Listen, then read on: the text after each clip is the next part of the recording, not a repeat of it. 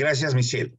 Queridos colegas, hoy 24 de agosto nuevamente en el aire, después de fiestas patrias y las de Arequipa, reiniciamos nuestro programa de debate nacional.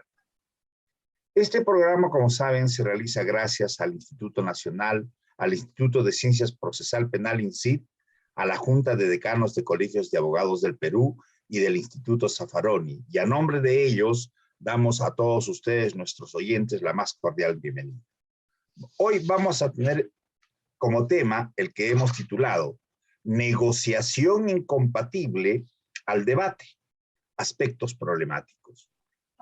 Va a ser tratado por tres distinguidos colegas, como son Edi Leva Cascamaita, destacado juez de la especialidad del Distrito Judicial de Arequipa, José Luis Castillo, quien en esta oportunidad no va a intervenir por razones profesionales del estudio, y Francisco Álvarez Dávila, destacado abogado egresado de la Universidad de Piura, a quienes expresamos nuestro agradecimiento por compartir tan generosamente sus conocimientos.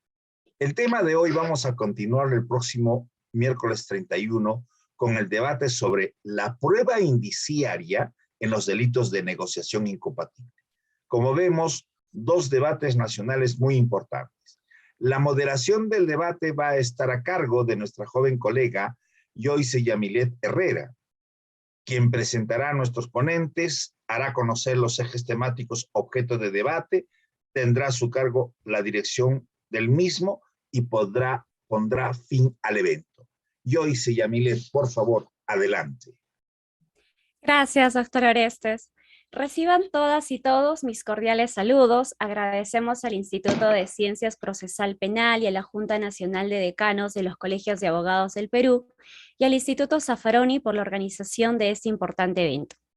El día de hoy vamos a contar con dos distinguidos profesionales quienes nos hablarán sobre los aspectos problemáticos que giran en torno a lo que es la negociación incompatible. Así contaremos con la participación del reconocido doctor Francisco Álvarez Dávila y también contaremos con la valiosa participación del doctor Edi Leva Cascamaita. El doctor Francisco Álvarez Dávila es un distinguido abogado por la Universidad de Piura, magíster en Derecho Penal por la Pontificia Universidad Católica del Perú, doctorando en Derecho por la Universidad Austral Argentina, especialista en Compliance y Buenas Prácticas Corporativas por la Universidad Pacífico, profesor de Derecho Penal en la Facultad de Derecho de la Universidad de Piura y actualmente socio del estudio Álvarez Dávila. Por otro lado, el doctor Edi Leva Cascamaita, reconocido abogado por la Universidad Nacional San Antonio Abad de Cusco, egresado de la maestría en Gestión Pública y de la segunda especialidad en Derecho Procesal Constitucional y Administrativo de la Universidad Católica Santa María. También es egresado de la maestría en Derecho Constitucional y Procesal Constitucional de la Universidad Néstor Cáceres Velázquez, y además cuenta con estudios en la maestría en Derecho Penal y Procesal Penal de la Universidad Nacional San Antonio de Abad de Cusco. Actualmente es juez penal en el Juzgado Unipersonal Penal del Juzgado Especializado en Delitos de Corrupción de Funcionarios de Arequipa. Para mí, el día de hoy va a ser un placer moderar este debate, el cual se ha dividido en tres ejes temáticos. El primero relacionado a el delito de negociación incompatible y su relación con el delito de colusión. El segundo eje temático referido al sujeto activo del delito de negociación incompatible. Y el tercer eje temático sobre el elemento típico que es el interés indebido. Para ello vamos a hacer 3 rondas para poder desarrollar cada uno de estos ejes temáticos. En cada una de estas rondas van a participar cada uno de los doctores por un tiempo aproximado entre 8 a 10 minutos. En esta primera ronda vamos a comenzar entonces con el doctor Francisco Álvarez Dávila, con el primer eje temático que es relación entre el delito de negociación incompatible con el delito de colusión. Tiene usted la palabra, doctor. Muchísimas gracias, doctora Herrera. Muchísimas gracias también por la invitación al doctor Orestes Segarra, a todas las personas que nos están viendo por esta transmisión en vivo, que está trabajando en conjunto el Instituto de Ciencias Procesal Penal junto con la Junta de Decanos del Colegio de Abogados del Perú. Para mí es un honor poder estar en esta mesa de debates y también expreso mi saludo al doctor Edi Leva, que no tenía el gusto de conocerlo y que hoy día, por lo menos por este medio, lo voy a poder conocer. Y decía que es un gusto para mí poder abrir el debate por un tema que me apasiona bastante y que además creo que estos tres temas que los hemos conversado van a generar o deberían de generar cierta polémica en torno a tres aspectos problemáticos realmente en el delito de negociación incompatible, ¿no? Comenzaré justamente por el primero, que además lo he planteado en el libro que escribí sobre este delito, que tiene que ver en la relación que existe entre la negociación incompatible y la colusión, ¿no?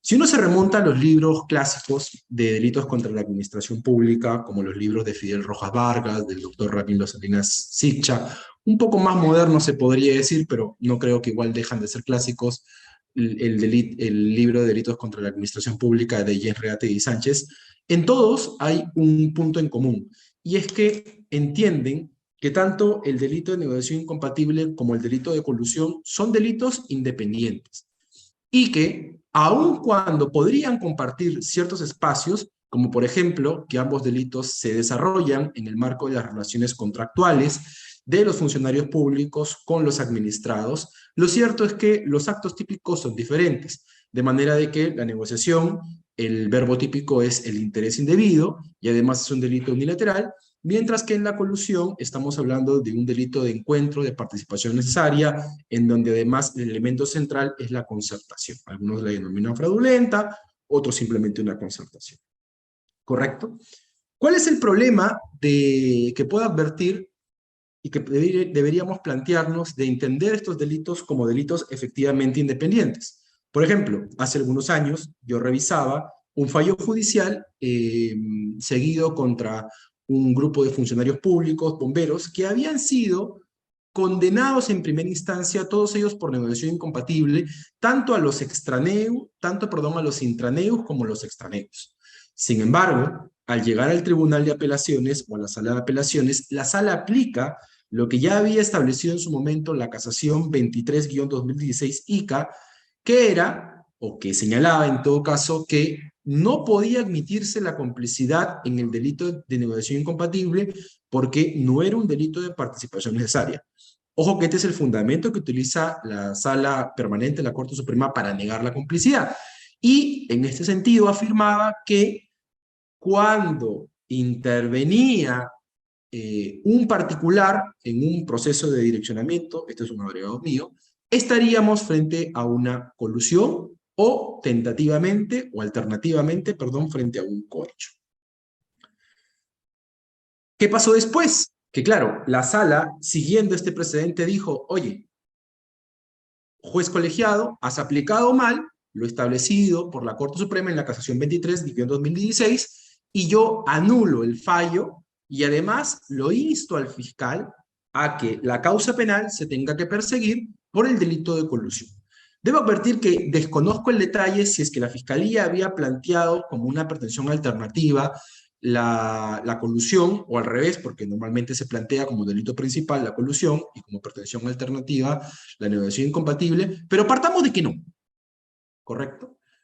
Entonces, si como lo dice gran parte de la doctrina hasta ese momento, y gran parte además lo repite hasta el día de hoy, son delitos independientes, ¿cómo podríamos entender una desvinculación si estamos frente a delitos que tienen una naturaleza diferente?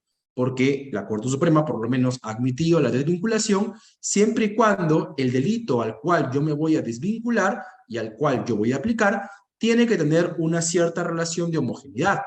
Y si la doctrina y la gran parte de la jurisprudencia afirma que son delitos independientes, claramente creo que podría haber un problema, ¿correcto? En casos como estos, por situarnos en un ejemplo.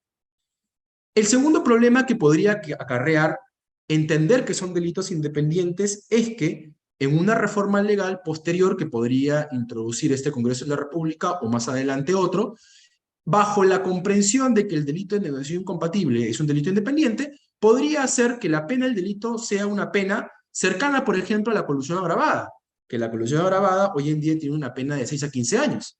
Por lo que, si entendemos que son delitos independientes, entonces no habría ningún problema para que la pena en el delito de negociación incompatible mañana más tarde se incremente.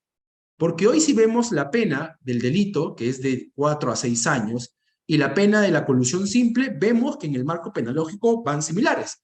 Es más, algunos autores, aún reconociendo la independencia entre ambos delitos, señalan de que la negociación incompatible tiene un injusto, más o menos así lo entiendo yo, un injusto menor, es decir, es menos grave, ¿no? Por otro lado, otro problema de esta inconsistencia es que, por ejemplo, hace poco, a través de la ley 31178, se produjo la modificación al delito de colusión. Y esa modificación introduce circunstancias agravantes relacionadas a 3 tópicos. Cuando en el marco de una colusión el agente es integrante de una organización criminal.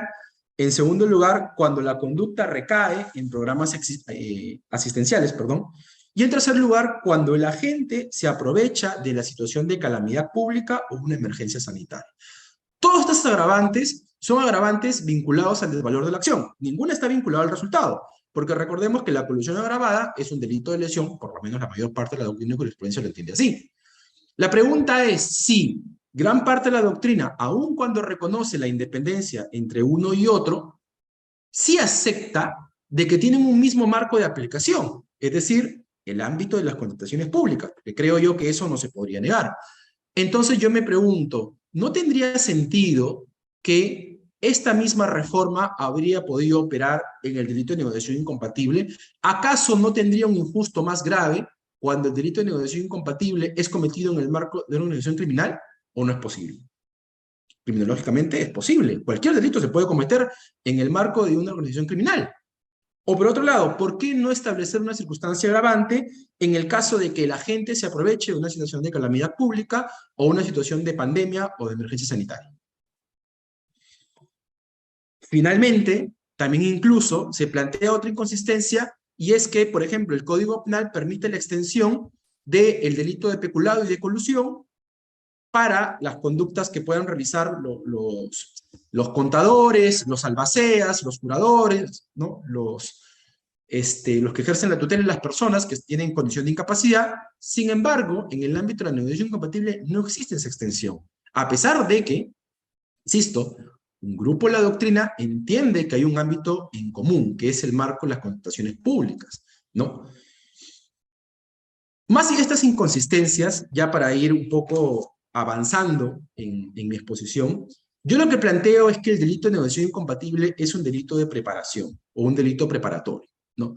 Algunos han sostenido, no sé si con conciencia de las ideas que he desarrollado yo en mi libro, que no es posible esto porque estamos frente a un delito independiente. Otros lo han señalado porque es un delito unilateral, pero el hecho de que sea un delito unilateral no tiene nada que ver para poder negar el carácter preparatorio. Más bien lo que yo planteo es que veamos si es que efectivamente la calificación o clasificación que ha hecho la doctrina de cuando estamos frente a un injusto preparatorio puede adaptarse al delito de negociación incompatible. Y por eso, para no extenderme mucho, planteo que los 4 requisitos típicos que gran parte de la doctrina califica para poder entender que estamos frente a un injusto preparatorio, se aplican en este caso. Primero, hay una dependencia valorativa del hecho principal. Ya algún sector de la doctrina, como por ejemplo recientemente el abogado García Navarro, indica de que el iter criminis de la negociación forma parte de un iter criminis más grave, que es la colusión. Aunque señala que hay una relación excluyente entre uno y otro delito, no llega a afirmar que es un delito preparatorio, pero ya nos dice que estamos por lo menos en un mismo iter criminis. Y como sostengo en mi libro, en realidad que estamos frente a un injusto único que lo que ha hecho el legislador es partirlo. Como por ejemplo, en el caso del delito de sicariato y la conspiración para el sicariato. ¿Alguno pondría en duda que estamos frente a un mismo injusto? Lo que ha hecho el legislador es partir el injusto en 2. Por otro lado, se tipifica como un delito de anticipación. Claro, porque yo entiendo, y aquí voy a explicar esto mejor, que acá yo solamente castigo al funcionario público cuando, en el marco de una operación contractual del Estado, lo que hace es direccionar, que para mí es la palabra clave, un contrato o una operación a favor de él o a favor de un tercero. Y en la colusión ya doy la siguiente escala, porque ya estoy ingresando a que este direccionamiento ha tenido que contar con la participación punible de un tercero extraneos. Porque, como diré más adelante, yo entiendo o comprendo que no es posible una participación delictiva en un delito de negociación incompatible por parte de un extranjero. En tercer lugar, tiene una fase propia de ejecución penal, porque por más que estemos frente a un delito preparatorio, tiene que tener un acto típico diferente. La doctrina entiende que como son actos típicos diferentes o acciones típicas diferentes, son delitos independientes. Ahí hay un error. Si uno ve, por ejemplo, el delito de interceptación legal o con el delito preparatorio, que es la obtención de elementos o medios para la interceptación legal, vamos a ver que las acciones típicas son diferentes. Pero hay una dependencia valorativa del delito de preparación frente al delito principal, que es justamente el primer requisito que ya anunciaba. Y en último lugar, es un delito de peligro abstracto. Para mí la negociación es un delito de peligro abstracto. Por lo tanto, uno de los efectos que trae entender esta relación como una relación de preparación es, en primer lugar, evitar que en una reforma legal posterior la negociación incompatible pueda tener una pena superior a la del delito de colusión. Aunque debo advertir que en nuestro ordenamiento jurídico peruano ya hay delitos preparatorios, pero aparte de eso, hay delitos preparatorios que tienen una pena mayor que el delito principal, lo cual es sumamente grave. Pero el hecho de que nuestro sistema jurídico no sea coherente no significa que idealmente el delito de preparación tiene que tener un injusto menor de gravedad que el delito principal. Por citar una de las cuantas consecuencias, pero no me quiero extender por razones de tiempo. Para finalizar con esta parte de mi intervención, esto además no solamente va a generar un límite para cualquier futura reforma legal, sino que ya como adelantaba, esto genera como consecuencia negar la posibilidad de una complicidad punible en el delito de negociación incompatible. Si en realidad, y seguramente esto va a generar debate, pero lamentablemente el tiempo es corto, es un enemigo muchas veces, si uno mira los casos en donde el Poder Judicial o la Fiscalía ha admitido la complicidad en el delito de negociación incompatible y los compara con los de colusión, va a ver que en realidad es lo mismo. Claro, terminológicamente el fiscal podrá decir de que el acto de participación se insertó para concretar el interés indebido y que en la colusión el acto de participación se insertó en el acuerdo colusorio. Claro, nominalmente hay una diferencia. Es como yo decir lechuga y tomate son cosas diferentes. Pero en la esencia no hay una diferencia.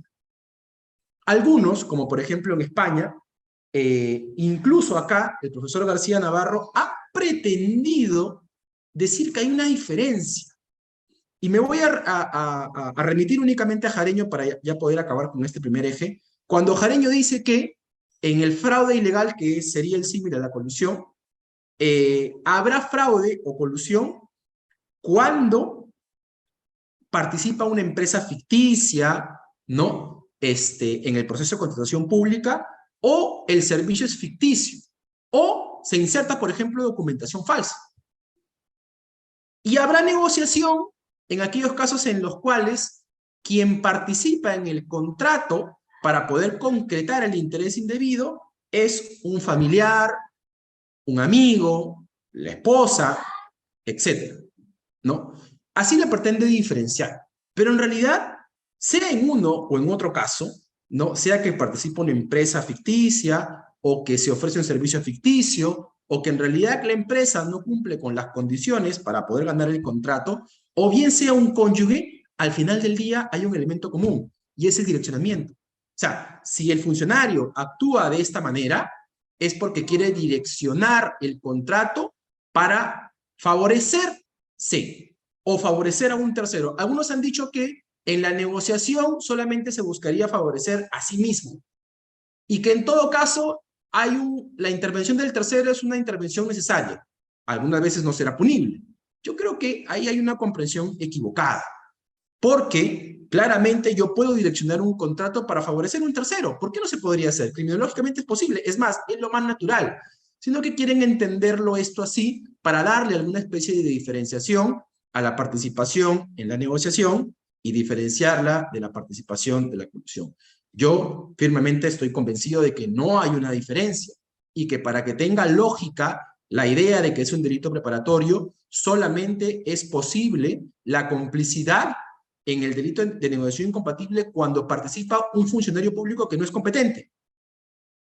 ¿correcto? Porque sabemos que en la colusión no puede haber colusión entre dos funcionarios públicos, ¿no?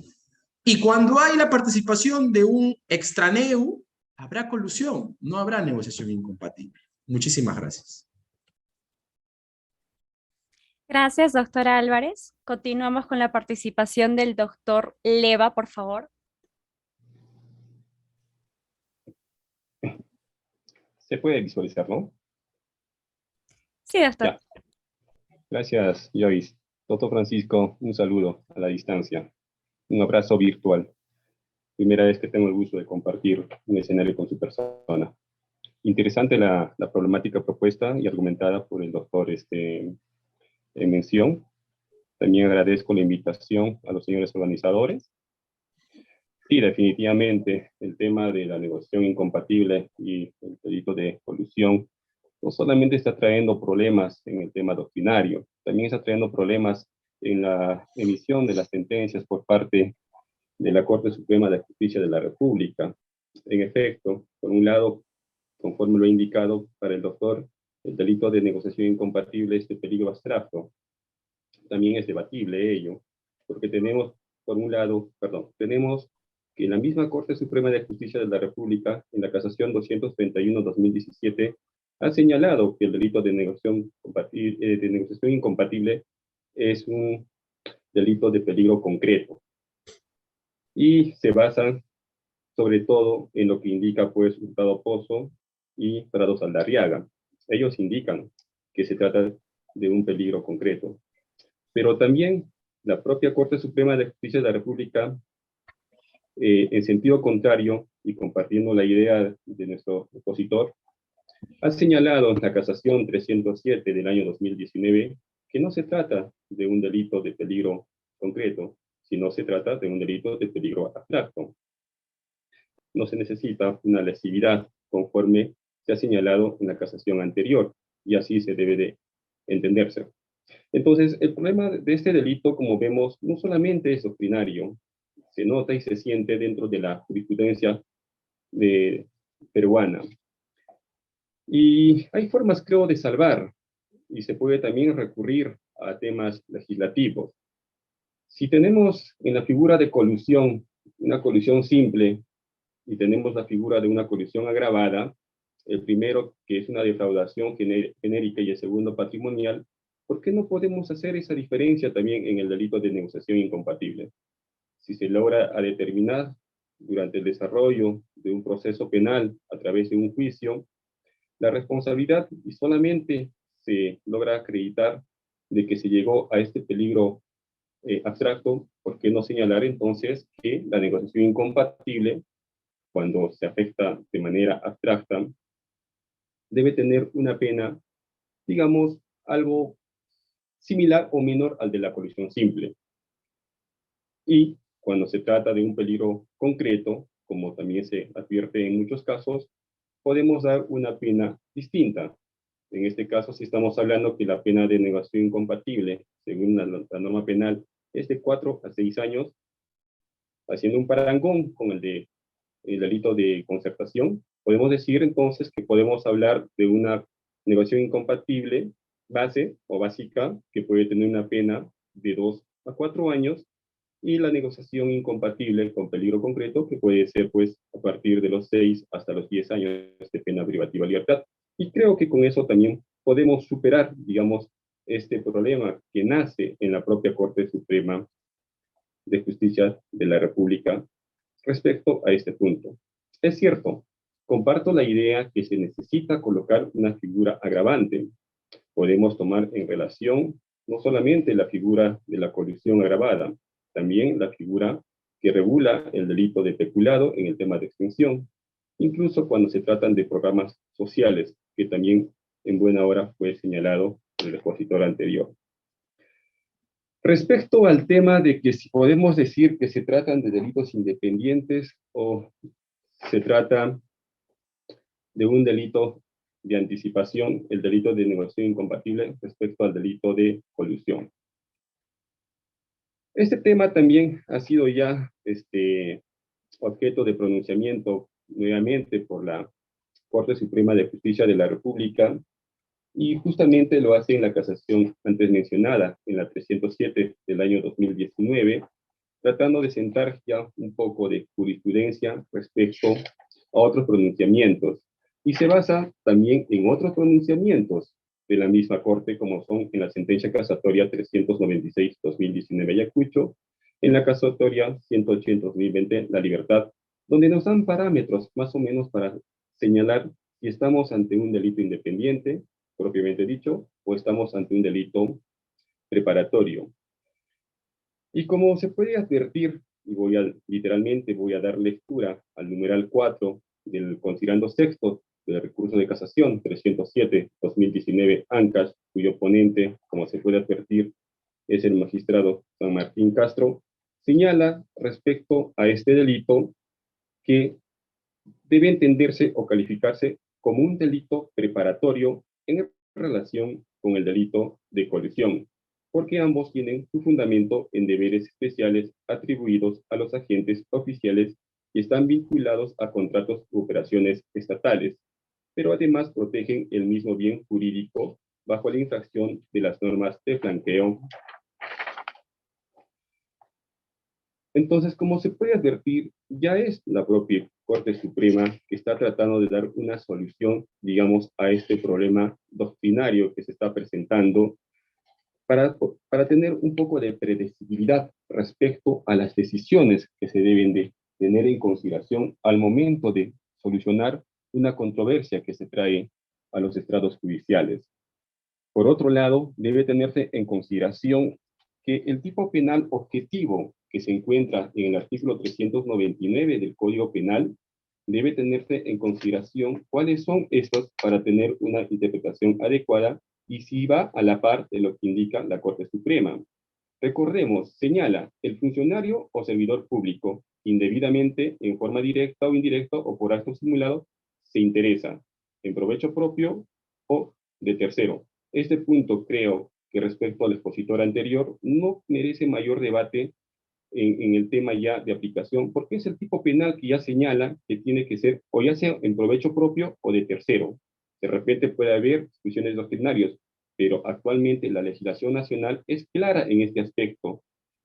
Tiene que ver en temas de provecho propio o de provecho de tercero. Por cualquier contrato u operación en que interviene por razón de su cargo.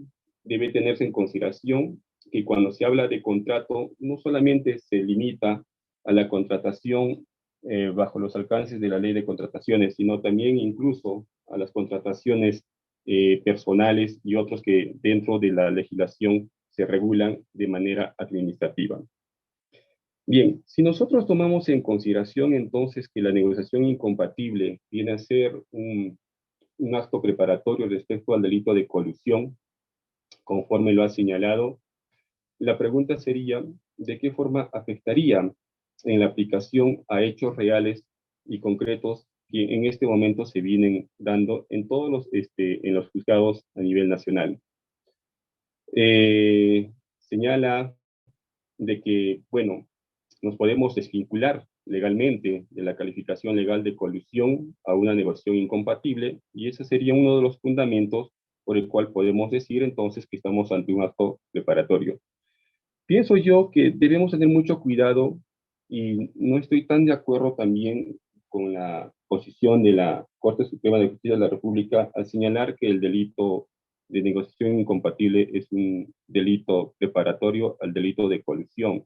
Tenemos que tener en consideración la finalidad. La finalidad del delito de negociación siempre va a ser el favorecimiento. En cambio, de colusión, la finalidad siempre va a ser esa concertación, porque se trata de un delito netamente de encuentro. Entonces, si nosotros señalamos que es un acto preparatorio, entonces estaríamos, digamos, un poco desnaturalizando lo que trata de regular el delito de colusión, porque el delito de colusión, conforme también se ha señalado, al ser un delito de encuentro, necesariamente se va a tener que definir cuando existe este encuentro, este acuerdo ilegal entre el intraneus y el extraneus, porque esa es la finalidad justamente del funcionario de concertarse con el extraneus y solo así se podrá determinar que su finalidad de esta persona era. Pero si nosotros lo tomamos solamente como un tema de favorecimiento, entonces no podríamos decir que va a calzar en el delito de colusión agravada. Por otro lado, debe tenerse en consideración algo importante, permítame por favor.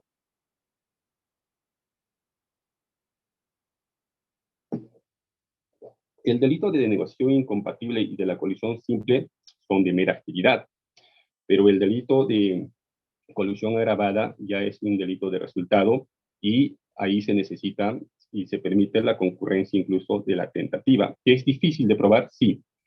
Entonces, esto también nos permite señalar entonces que sí, ambos delitos son totalmente independientes y hay que tener siempre un poco de cuidado para poder llegar a esta conclusión que estamos ante un delito de preparación. Muchas gracias. Muchas gracias, doctor Leva. Entonces, con la intervención de ambos doctores, hemos culminado nuestra primera ronda y vamos a pasar al segundo eje temático, que es el sujeto activo del delito de negociación incompatible. Funcionario que por razón de su cargo que participa en un contrato u operación estatal. Y en este contexto nos gustaría que aborden una pregunta, ¿no? ¿Cómo es que quedaría la responsabilidad de ministros o alcaldes que posiblemente no tengan injerencia en la dinámica del contrato, empero usan su potestad para decidir en el direccionamiento? En esta oportunidad, de esta ronda, vamos a comenzar con la intervención del doctor Leva.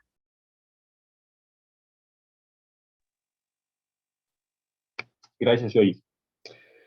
A ver, siempre digo algo, el tema de la corrupción es un tema que no solamente es tratado a nivel nacional, es un tema supranacional. Existen tratados que justamente regulan de manera específica y la forma como se debe luchar este fenómeno social que viene afectando cada día más la administración pública. Tanto es así que la propia Constitución política, en algunos de sus artículos, menciona sobre este tema y la obligación del funcionario público respecto y a favor de la administración pública. Si ello es así, debemos tener en consideración que esta administración pública que es tan amplia dentro del gobierno central, dentro de los gobiernos regionales y dentro del gobierno, de los gobiernos locales no ajenos a los otros poderes, permite ver de que se realicen diferentes actos para poder adquirir bienes, para poder contratar servicios, consultorías o ejecutar algunas obras, que es donde normalmente se ve este tema. El sujeto activo, definitivamente, esto lo conocemos todo, autor tiene que ser siempre un funcionario o servidor público. Pero debemos tener en consideración también lo que dice el Código Penal respecto al concepto de funcionario o servidor público, que es más amplio de lo que regula el derecho administrativo, incluso el derecho constitucional. Abarca a cualquier vínculo contractual que pueda tener esta persona con la administración pública.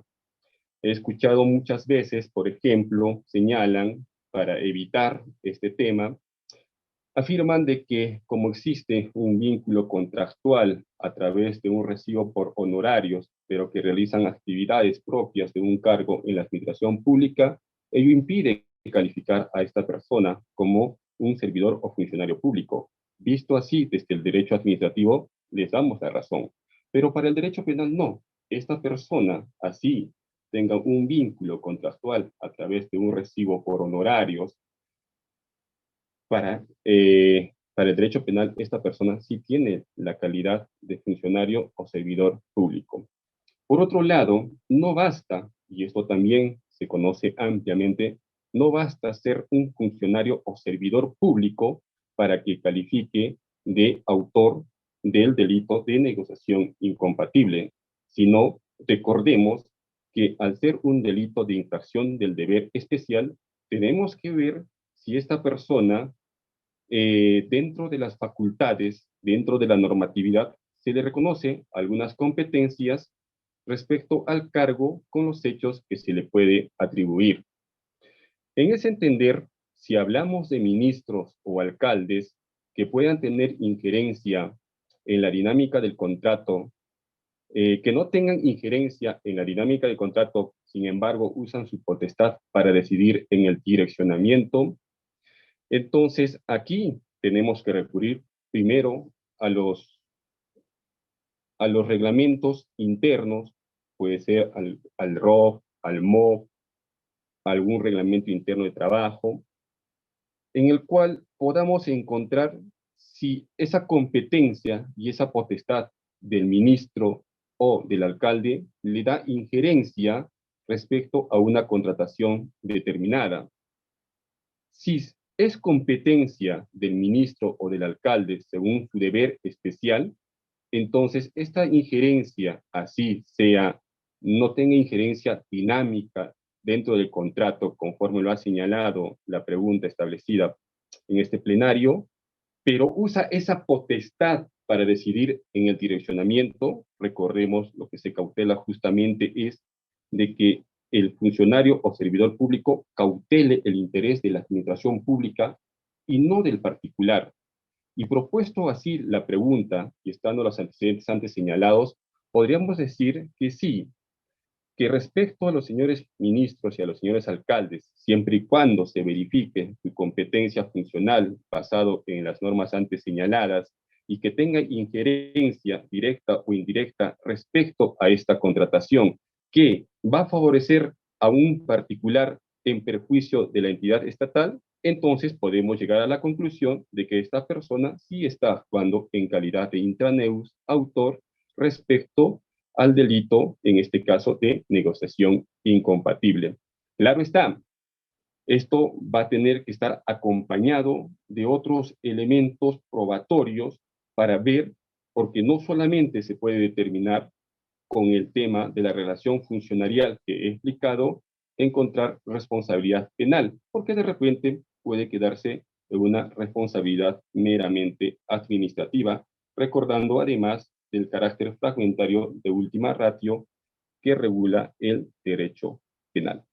Gracias. Gracias, doctor Leva. Continuamos con la participación de usted, doctor Álvarez, por favor. Muchas gracias. Yo quiero dejarlo esto planteado como un estado de la cuestión, ¿no? Si hay algo en lo que mayoritariamente la jurisprudencia de la Corte Suprema ha admitido, es que la competencia genérica del funcionario público en casos como condenas de Alberto Fujimori, casos como el caso Gasolinazo del excongresista Edwin Donaire, es un título habilitante para poder establecer una responsabilidad penal en un delito de infracción de deber. En contra de esa, vamos a decir, posición minoritaria que la encontramos en el caso de la compra de las líneas editoriales imputada también a Fujimori, en donde el magistrado Javier Villestein, como presidente y ponente de ese debate, de ese recurso de nulidad, señaló que la competencia genérica no era ese título habilitante para hablar de una competencia en términos de delitos de infracción de deber.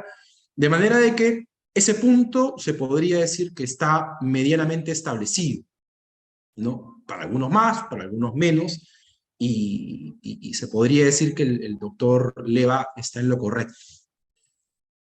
Pero claro, por otro lado, una doctrina española, ahora recuerdo el libro de la profesora Nuria Pastor, de la Universidad Pompeu Fabra, plantea en una investigación de que muchas veces, sobre todo en delitos de infracción de deber, o en aquellos delitos en donde parte del injusto lo voy a delimitar en función a normas extrapenales, muchas veces las normas genéricas, las normas extrapenales son normas generales o normas desfasadas que no sirven para completar o para definir el riesgo típico. Por ejemplo, en el delito contra la seguridad y salud en el trabajo o atentado contra la salud de los trabajadores del artículo 168A. Este delito es un delito donde yo requiero que el obligado legal, que es el empleador, tenga que infringir la normativa de seguridad y salud en el trabajo. La pregunta es, ¿cualquier normativa o cualquier infracción normativa a las normas de seguridad y salud en el trabajo pueden convertir esto en un riesgo típico? ¿Qué sucede si, por ejemplo, el empleador omite entregar el acta que da cuenta de que efectivamente el trabajador fue capacitado, pero materialmente recibió la capacitación? ¿O qué pasa si por el contrario evita o omite repartir los libros, ¿no? Que dan cuenta del reglamento interno de trabajo o del reglamento de seguridad en el trabajo? Claro, son infracciones formales, que de hecho en el ámbito laboral podrían generar sanción al empleador. Pero la pregunta es, ¿estas normas de remisión para poder configurar el riesgo típico son normas que pueden habilitar realmente el injusto típico de un delito de infracción de deber? Y me remito a ese delito porque es un delito de infracción de deber, al igual que la mayoría de delitos contra la administración pública.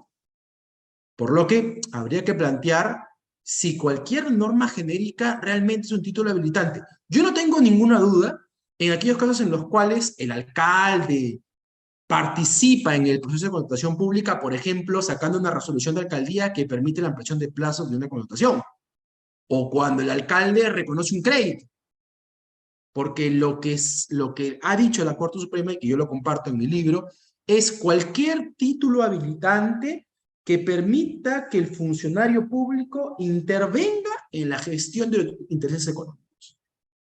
De manera que en casos como los que acabo de poner, es indudable la participación. El tema se pone más difícil con los ministros, porque un ministro rara vez, por ejemplo, el minero, que es un monstruo, rara vez un ministro va a tener un acto de participación ejecutiva, vamos a denominarlo así, en un proceso de contratación, ¿no?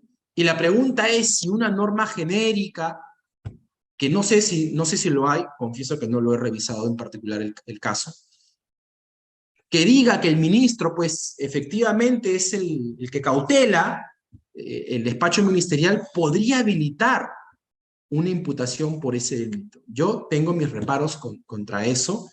Hay una publicación del profesor Eric Guimaray, muy interesante, en donde él plantea algunos criterios, no todos los comparto, pero finalmente él llega a un punto en el que puedo estar en común con él, y es que, sea que utilicemos la posición de garante, sea que utilicemos la comisión por omisión, sea que utilicemos la teoría de los aparatos organizados de poder, aquel que yo le voy a decir autor, él finalmente concluye, tiene que tener igual cierta competencia en el marco de la contratación pública, ¿no?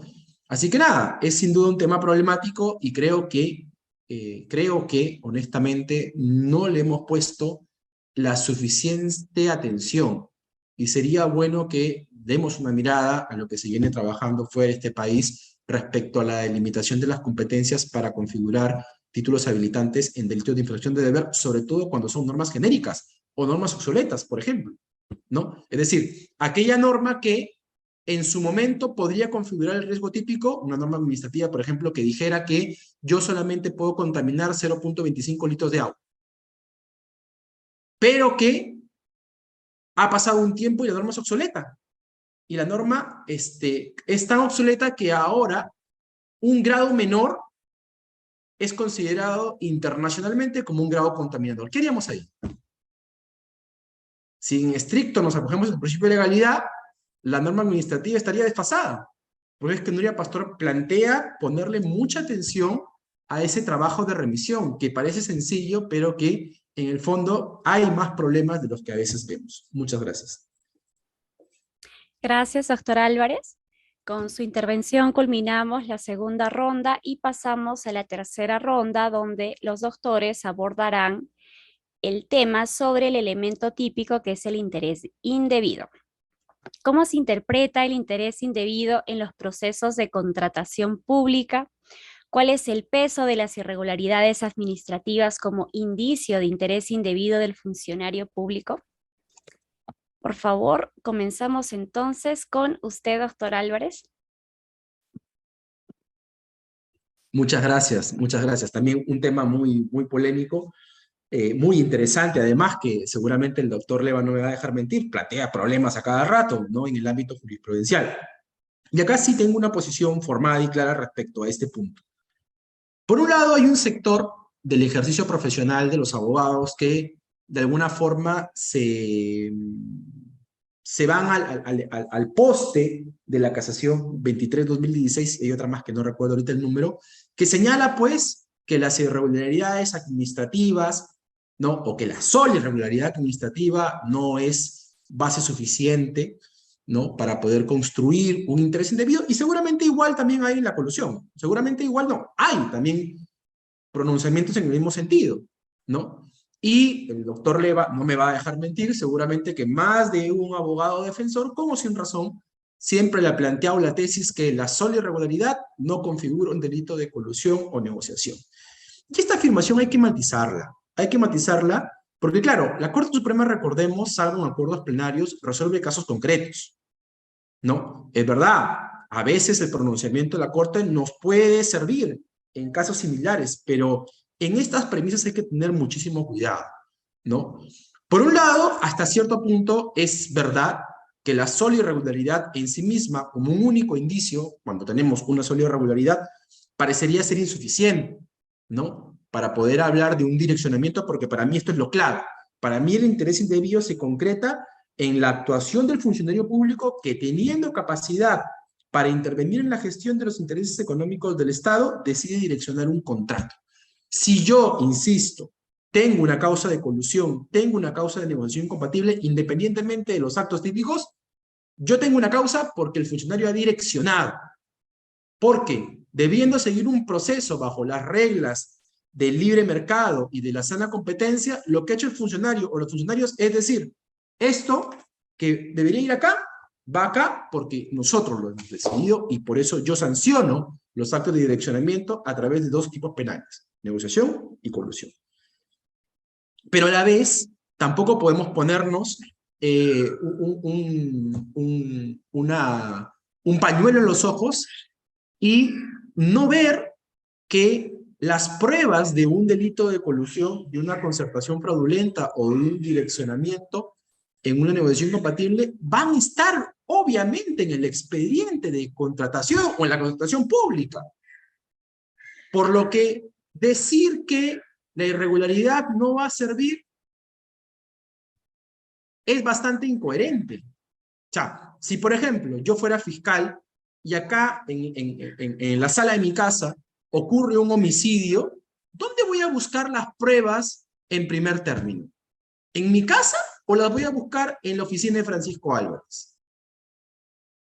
En mi casa, creo yo, perdón por responderme, pero para mí es lo más natural. Entonces, si yo hablo de un proceso de contratación direccionado, es natural, por el carácter criminológico del delito, que yo tenga que buscar las pruebas de ese direccionamiento en el proceso de contratación. Y en el proceso de contratación podrán haber un conjunto de irregularidades que sean tan grandes y tan groseras que efectivamente, a través de la prueba indiciaria y valorando correctamente la prueba indiciaria, el peso de los indicios, su conexión con el acto típico, descargando incluso los contraindicios, pueda llegar yo a la conclusión que hay una colusión o que hay una negociación incompatible. Pero no podemos seguir en esta consigna de decir que la sola irregularidad no es suficiente porque es una premisa incompleta. Las irregularidades servirán, pero no serán la única base.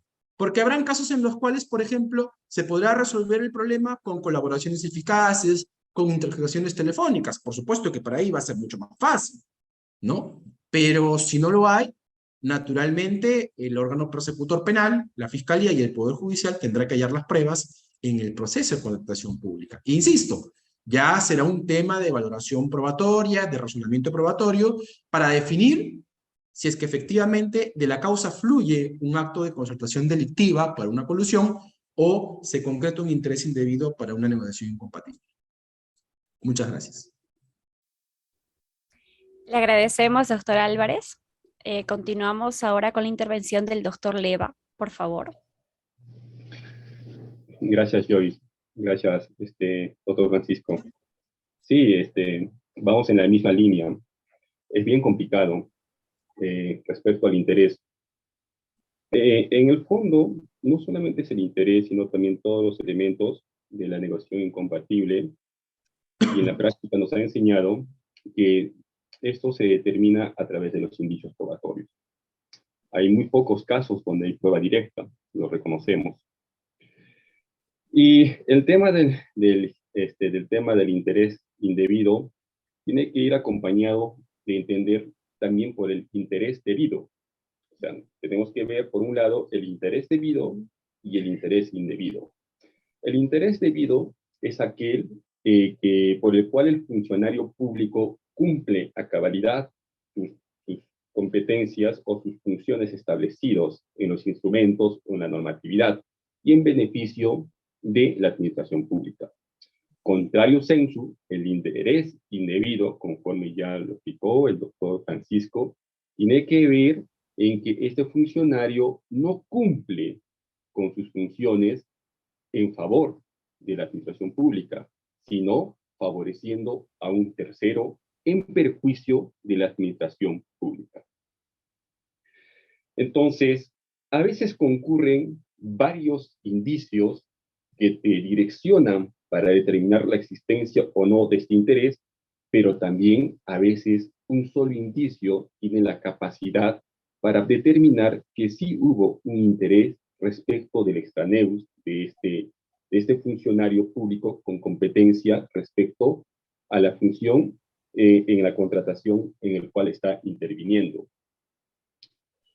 Hay temas que se pueden salvar a través de un análisis, de poner en una balanza imaginaria cuál pesa más, qué indicios pesan más. Si me presentan 10 indicios y de esos 10 indicios, de repente la balanza está a este nivel, pero en otro caso, en concreto, un solo indicio puede hacer que la balanza se desnivele.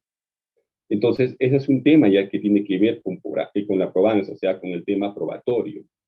Ahí veremos y se analizará si efectivamente un indicio es lo suficientemente capaz para acreditar que hubo este interés indebido de parte del funcionario en perjuicio de la administración pública. Se habla también, no solamente en la doctrina, también, como lo he indicado, también en la jurisprudencia.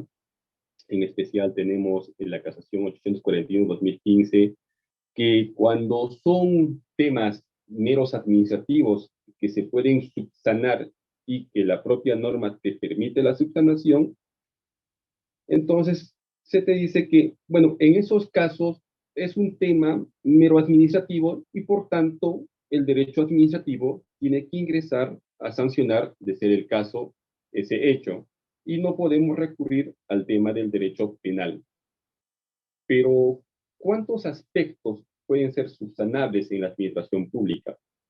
Dentro de una contratación estatal, ¿cuántos actos administrativos pueden ser subsanables al amparo de la propia norma de contrataciones? Si uno puede revisar, creo que no vamos a encontrar. Entonces, si no encontramos, entonces esta casación, podríamos decir que podría aplicarse parcialmente, a no ser que se trata en temas de emergencia, ¿no? En temas de contratación de emergencia, que por la urgencia, que por la necesidad, porque se nos vino un catástrofe natural y se necesita intervenir inmediatamente, digamos que se está saliendo o, la descomatación no sé, de aguas, y que se necesita intervenir para que no afecte, digamos, más, para que no genere más daños a la sociedad, pero no se realizan los actos propios que te regulan la ley especial. Ahí, por ejemplo, yo creo que sí se puede dar la subsanación, porque la propia norma creo que te da pie, pero en otros aspectos no lo encuentro. Entonces, es un poco difícil ese tema de saber diferenciar cuando estamos solamente ante actos administrativos irregulares y cuando estamos ante actos también con relevancia penal respecto a esos actos administrativos irregulares. Y la única respuesta que puedo dar va a ser siempre y cuando se haga un análisis y siempre y cuando se vea cuál es la suficiencia en la capacidad de decisión respecto a la actuación probatoria que se puede dar. Eso sería lo que puedo indicar respecto a este tema, que sí es polémico, sí genera debate y definitivamente vamos a encontrar diferentes posiciones, incluso lo estamos viendo a nivel de la Corte Suprema. Gracias. Muchas gracias, doctor Leva. Hemos finalizado entonces el desarrollo de los 3 ejes temáticos que estaban programados para este debate penal. Agradecemos la participación de nuestros distinguidos profesionales y especialistas en el tema y finalmente vamos a darles un espacio pequeño de tal vez 1 minuto para que puedan dar unas palabras finales, unas últimas apreciaciones o conclusiones. Comenzamos con usted, doctor Álvarez.